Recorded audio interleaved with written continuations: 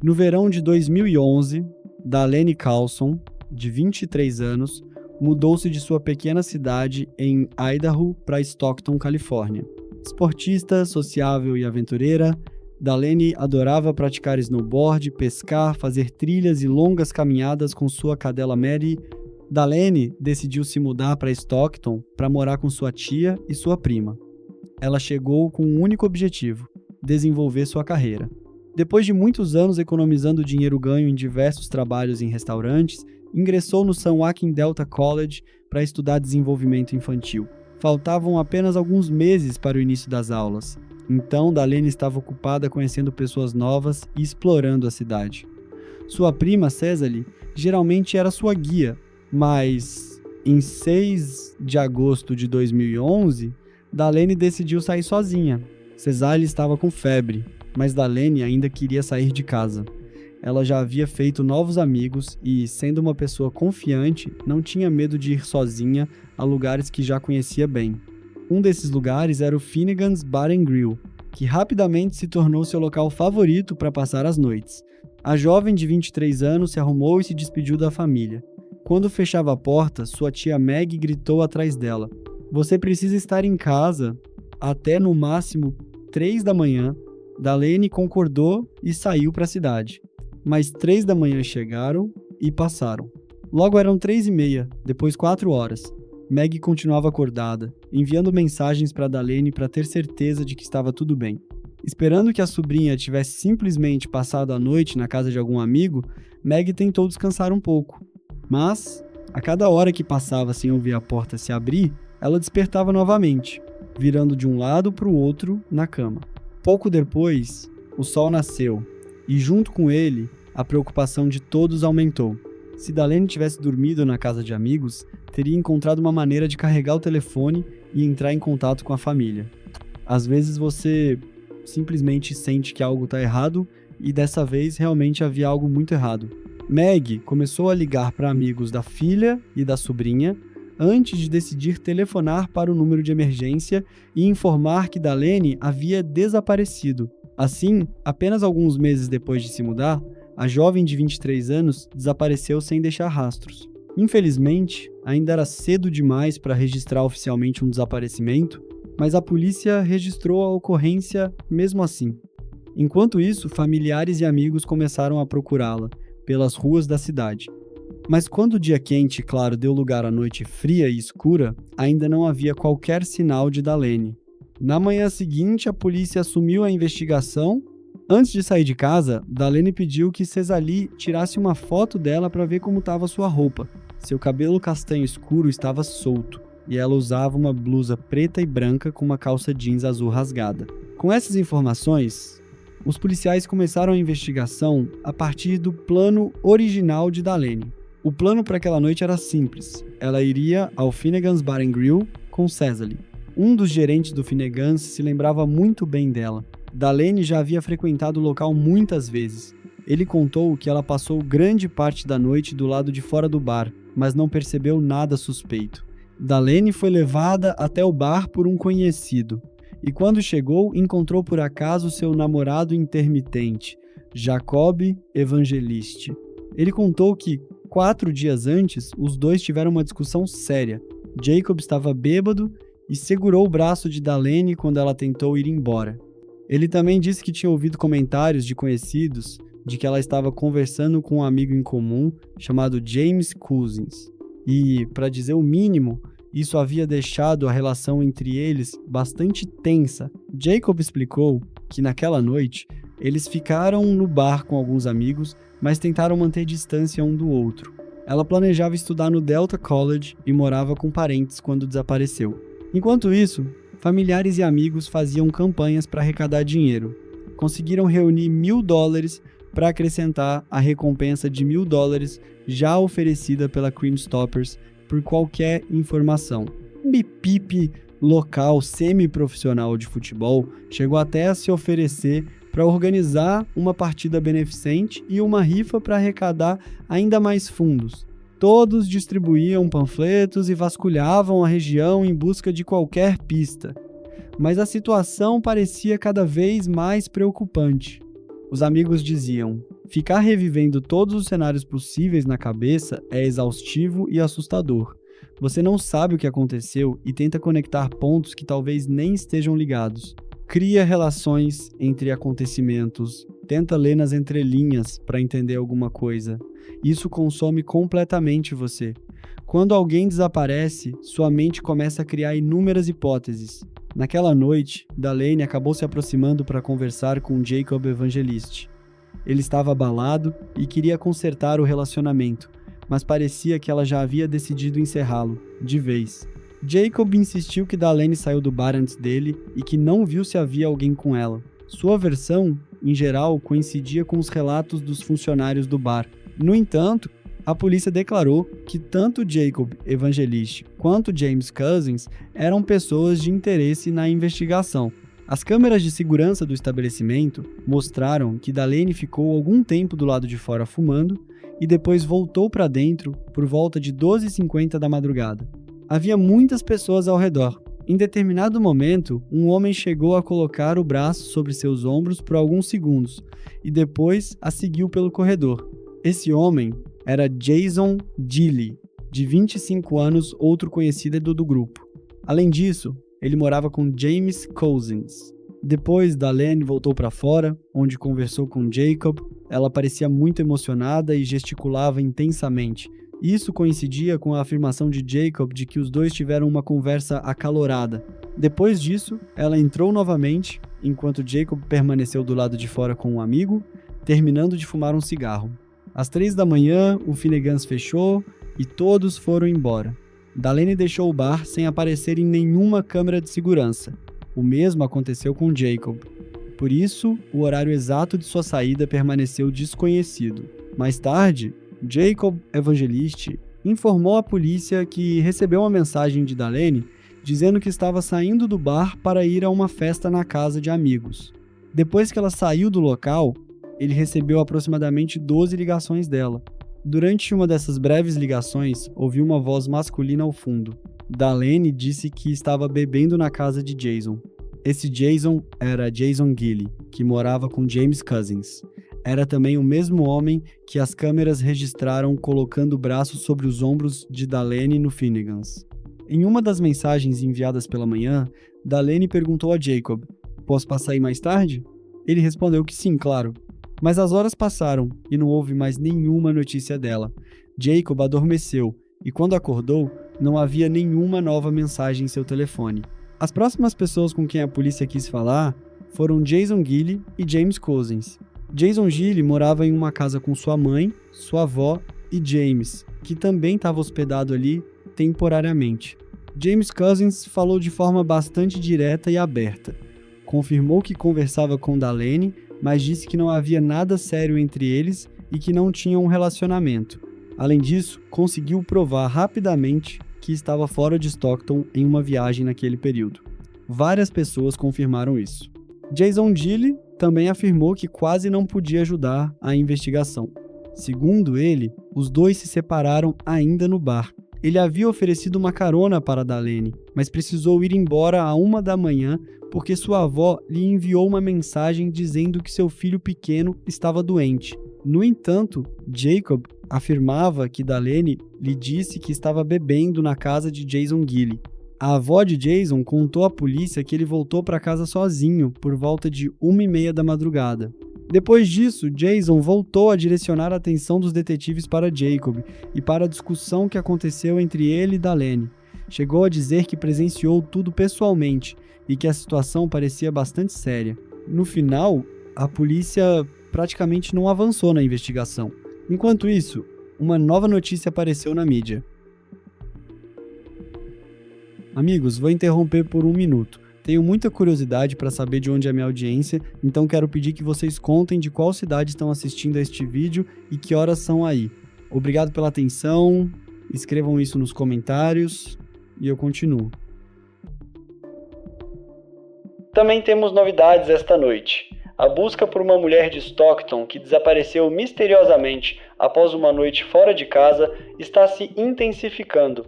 Delaine Carlson, de 23 anos, foi vista pela última vez em 7 de agosto.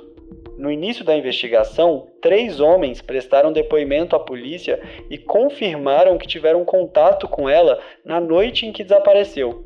Só queremos que ela volte para casa em segurança. Hoje, familiares exibiram cartazes com fotos de Darlene. Desde o desaparecimento, a família vive dias de angústia. Ela foi vista pela última vez no Finnegan's Pub and Grill, nas primeiras horas da manhã de domingo.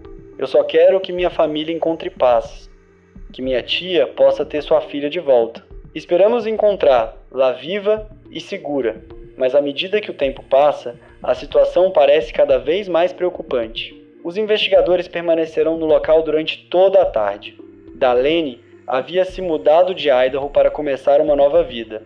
Planejava estudar no Delta College e estava morando com familiares quando desapareceu. Infelizmente, os investigadores esgotaram todas as pistas relacionadas ao Finnegans, então precisaram procurar em outros lugares. Começaram a visitar um estabelecimento após outro na região, pedindo acesso a qualquer gravação de câmeras de segurança. Por fim, receberam uma pista importante de uma loja de conveniência aberta 24 horas. Nas imagens gravadas à 1h30 da madrugada, era possível ver Darlene e um homem comprando bebidas alcoólicas. Esse homem era Jason Dilley, o mesmo que anteriormente havia dito à polícia que se separou dela no bar e nunca mais a viu. A polícia o convocou para um segundo interrogatório, porque agora estava claro que ele havia mentido. Deram a ele uma oportunidade de contar a verdade. Que horas você diz? Aproximadamente 1h20, 1h30. Quando voltou a confirmar sua versão de que já estava em casa à 1h30 da madrugada, os investigadores lhe mostraram as gravações. Agora sabemos muito mais sobre o que realmente aconteceu, certo? Espera. Eu saí do bar com ele. De repente, ele se lembrou de que os dois haviam ido juntos comprar Jäger, mas alegou que depois a levou de volta ao Finnegans e foi para casa. Os detetives perceberam imediatamente que ele não estava contando toda a verdade. Quando aumentaram a pressão, Jason começou a chorar. Vamos resolver isso. Vamos melhorar tudo agora mesmo. Mas, segundo ele, depois disso, Darlene ficou irritada e aparentemente se arrependeu do que havia acontecido. Então decidiu voltar para casa a pé. Jason disse que dirigiu atrás dela, a pegou no caminho e a levou cerca de 40 milhas para o sul, deixando-a em um local aleatório a pedido dela. Depois disso, foi abastecer o carro. Ele afirmou que se sentia horrível por essa decisão e que a cada dia sofria mais ao perceber que provavelmente foi a última pessoa a vê-la viva. Segundo ele, mentiu para proteger a si mesmo, mas a polícia sentia que Darlene já estava morta. Os investigadores perguntaram diretamente: onde vamos encontrar um corpo? Ajudem-nos a encontrar essa jovem. A família dela merece respostas. Ela tinha sonhos, tinha uma vida inteira pela frente. Jason, eu sei que você está ouvindo. Não faça isso, por favor. Parecia que finalmente conseguiriam chegar à verdade, mas foi exatamente nesse momento que Jason pediu um advogado. Pouco depois, os investigadores prenderam Jason Dilley, de 25 anos, por sequestro e cárcere privado contra a vontade de Darlene. No entanto, eles não tinham provas suficientes para acusá-lo de homicídio. Jason negava tudo. Sua mãe insistia que ele era inocente.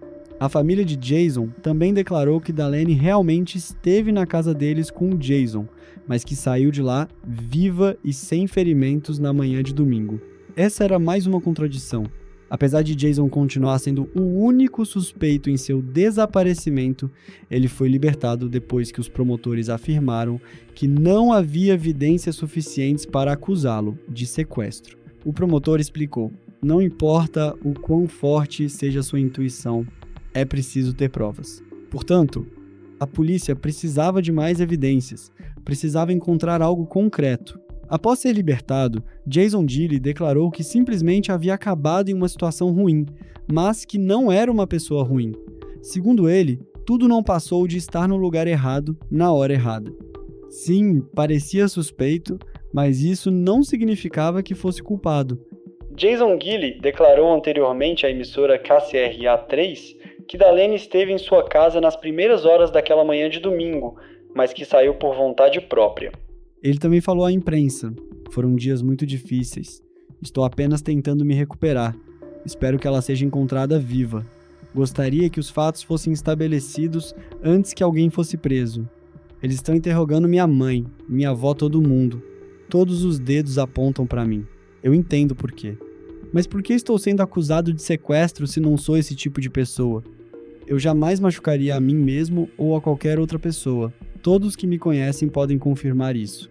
As câmeras de segurança de um set Eleven mostraram que, às 11 da manhã do dia seguinte, ele foi até lá para abastecer o carro. Enquanto estava dentro da loja, as imagens mostram Jason limpando as mãos e a camisa. Depois que a qualidade da gravação foi aprimorada, ficou evidente que ele estava coberto de sujeira. Depois disso, os investigadores concentraram suas buscas em novos locais, incluindo áreas ao longo do Calaveras River, frequentemente usadas como pontos de descarte de objetos. A região era extremamente pantanosa e coberta por vegetação densa, ficando a apenas alguns quarteirões da casa de Jason. A polícia de Stockton realizou buscas ao longo do rio Calaveras em busca de qualquer pista sobre uma mulher desaparecida há mais de uma semana e meia. Estas imagens exclusivas do helicóptero mostram a operação de busca. Darlene Carlson, de 23 anos, não é vista nem dá notícias desde 7 de agosto. As autoridades não informaram o que levou os investigadores a concentrar esforços nesta área do rio. A busca acontece ao norte da Universidade do Pacífico, a cerca de 3 quilômetros do supermercado onde ela foi vista pela última vez e a apenas 2 quarteirões da casa de um homem inicialmente preso no caso. Jason Dilley, de 25 anos, foi detido sob acusações de sequestro e cárcere privado, mas acabou sendo libertado dias depois. Mesmo assim, continua sendo considerado uma pessoa de interesse. Documentos recém-divulgados indicam que a polícia acredita que Dilley mentiu desde o primeiro interrogatório. Inicialmente, ele afirmou que não esteve com Darlene na noite do desaparecimento. No entanto, o ex-namorado dela, Jacob Evangelista, contou à polícia que recebeu uma mensagem às 5 da manhã.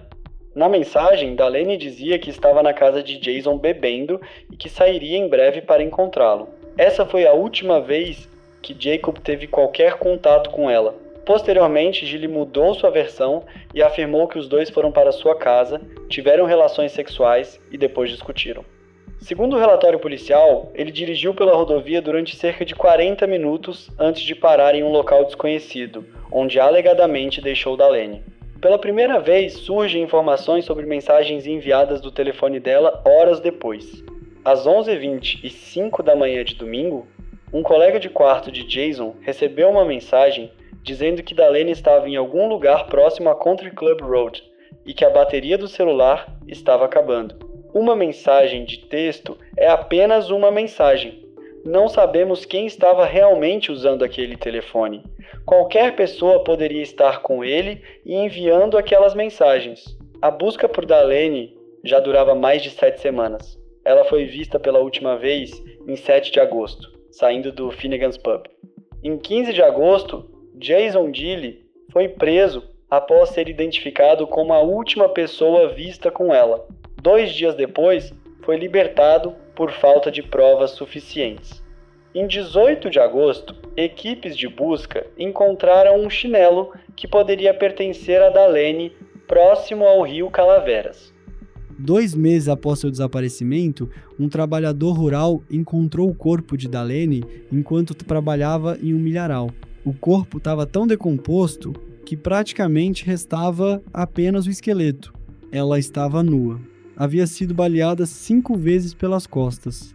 Um dos tiros atingiu a parte de trás da cabeça, enquanto outros 2 atingiram suas costas. Parecia que, ao cair, ela levou as mãos à cabeça.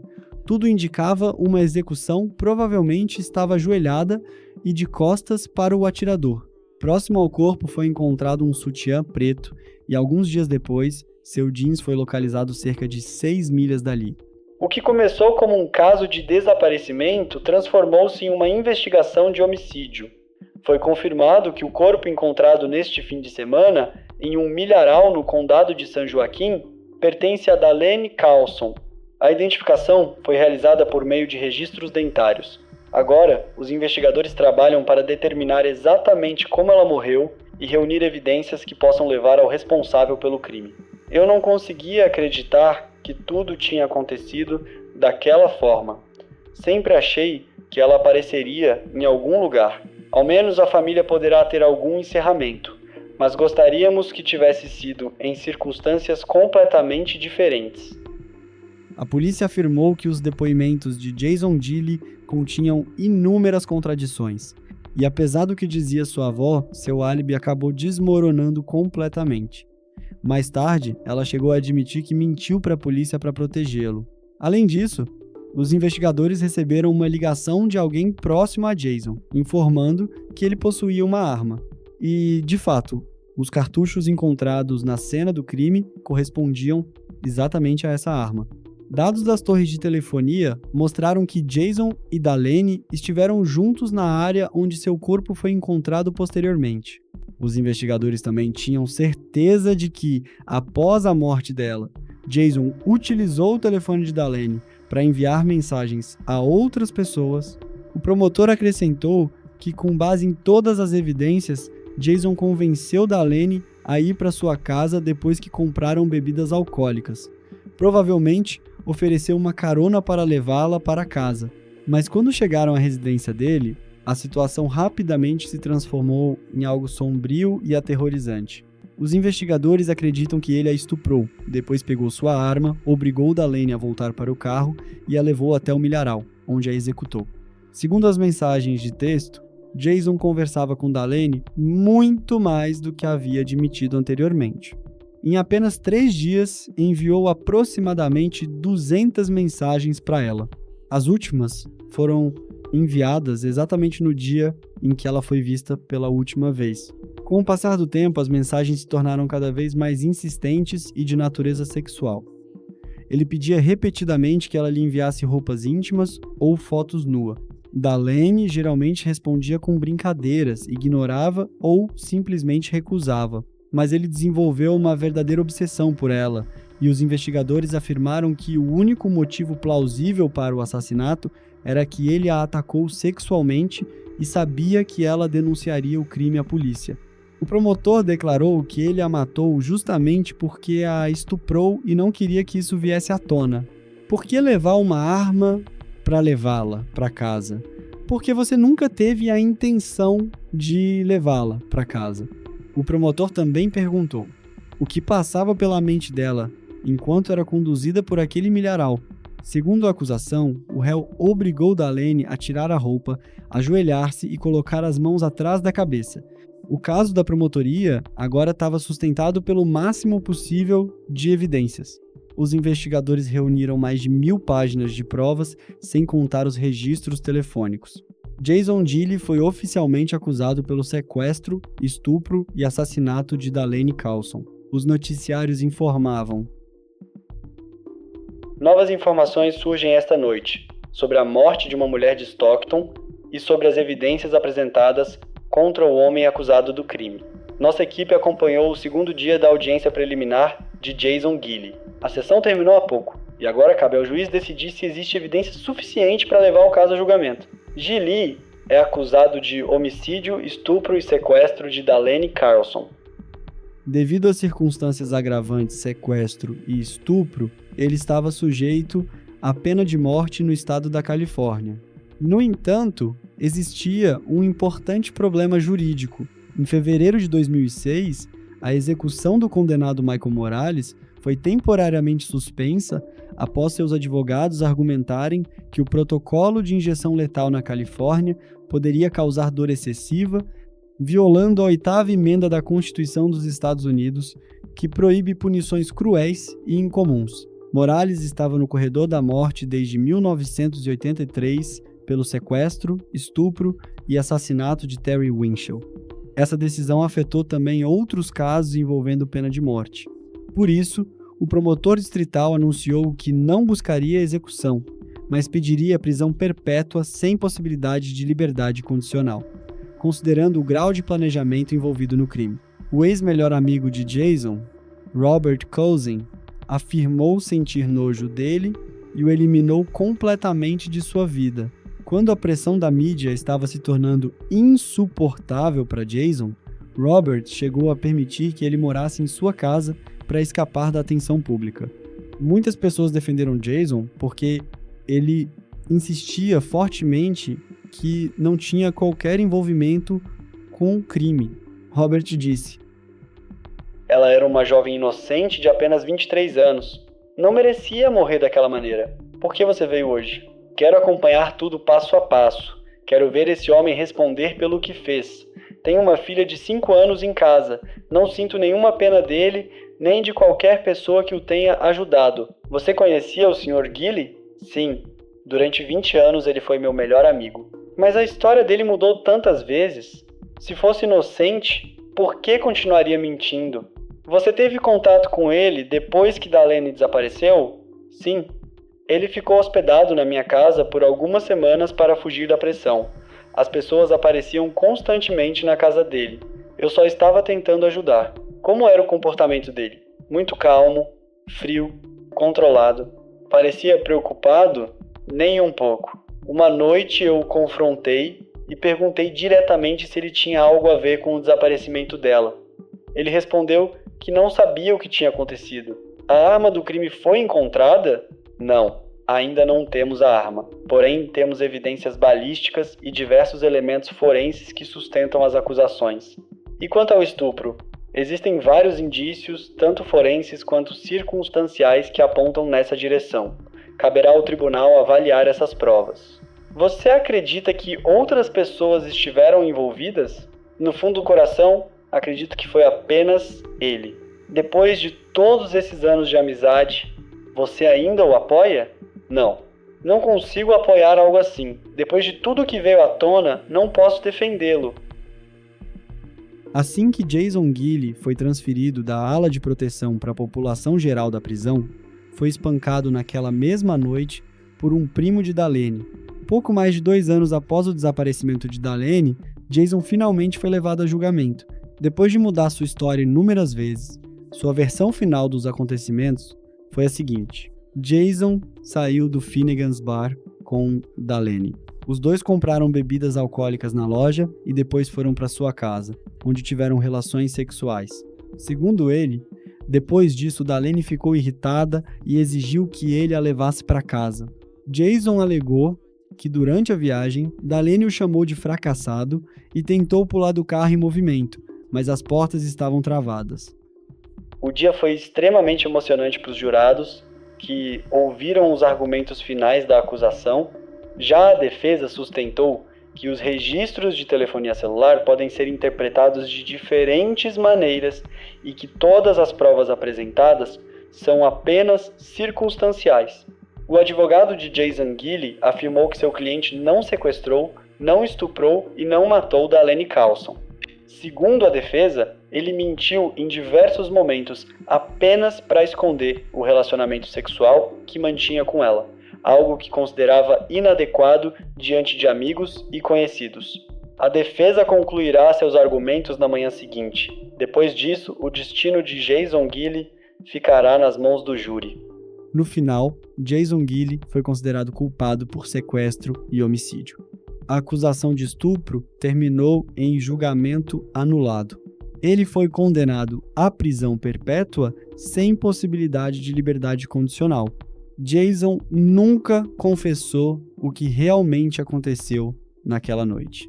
Darlene Carlson reuniu tudo o que tinha para se mudar e começar uma nova fase de sua vida. Tinha grandes planos e sonhos e trabalhou duro para realizá-los.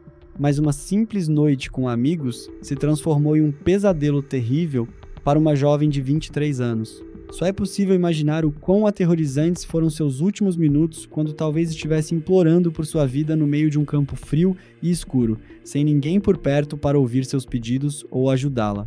Sua tia Maggie disse em uma entrevista: "Isso nunca desaparece completamente, mas ajuda a lembrar dos bons momentos, lembrar de tudo que foi bom quando ela estava viva, porque o que tivemos com ela foi realmente maravilhoso."